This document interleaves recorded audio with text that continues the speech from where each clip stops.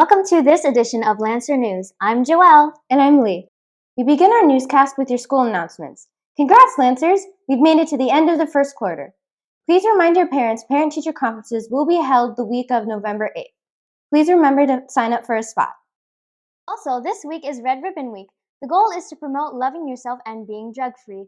Tuesday, students wore neon or glow-in-the-dark shirts. Other days included Jersey and Sports Day, Hawaiian Shirt Day, and Pajama Day.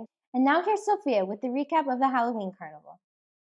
Lancers, we hope you have joined the Halloween Carnival. We had booths of Smash Bros, competitions, Oculus booth, and costume contests. In addition to the Glee and Junior Glee performed, and photos were taken at the photo booth, as well as a haunted house. And I'm sure you heard screamings from the haunted house organized by the ASC. Here's what students had to say about the carnival. Hi, what's your name? Haley. What's your favorite booth here? Candy. Candy? I love all the booths, but I'm definitely going to go check out the haunted house because I love haunted houses. They love things here. How many years have you been here at the carnival? Since my oldest son was in kinder, so that's about 9 years I've been coming to the carnival. And here's Ray with local news headlines. Leaders from the U.S. and Mexico are meeting to discuss binational issues that impact local communities.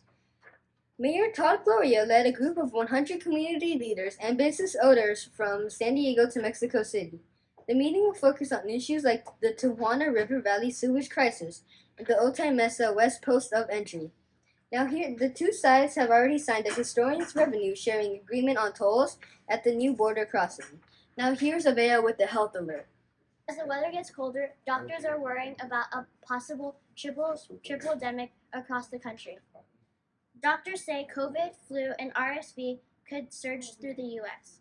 Hospitals are already seeing the rising of cases, particularly among kids, who are back at close contact in schools and playgrounds. Some of the San Diego schools are reporting high numbers because of the spread. Local doctors are telling parents to make sure kids are washing their hands and they're up to date on their eligible vaccines. Our varsity football team tied versus St. Pius 7-7. Then JV team beat Mater Dei for the second win in the season. Then, unfortunately, the Padres were eliminated from the playoffs. The Philadelphia Phillies dominated the series and knocked them out in Game 5 of the NLCS.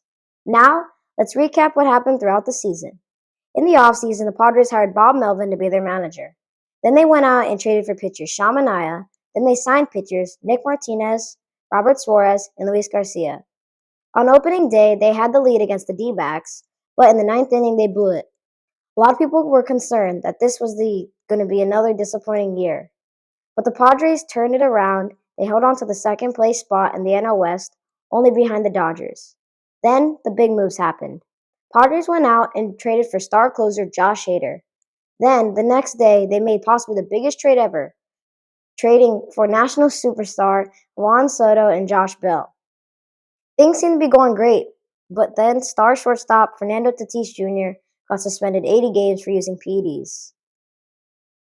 But the Padres moved on and continued to fight. They made the wild card and beat the New York Mets. Then they moved on to face the mighty Dodgers, where they beat them too. They moved on to the NLCS for the first time since 1998. That's where it ends when they got beat by the Phillies. They had a great season, but next year, they're going to fight for even more. Now, let's check in for the San Diego Wave. The Wave lost in the NWSL semifinal against the Portland Thorns. The score was 2-1. Even though they lost a disappointing game, their fans still showed up to support them. It was a great first season in the books. And now, here's Galvin with a look at the future events. Next week, we celebrate All Saints Day. The third grade class is preparing for their annual All Saints Day Mass by sharing facts about their chosen saints. Remember your church dress for that day. Thank you for joining us for this edition of Lancers News. See you next time!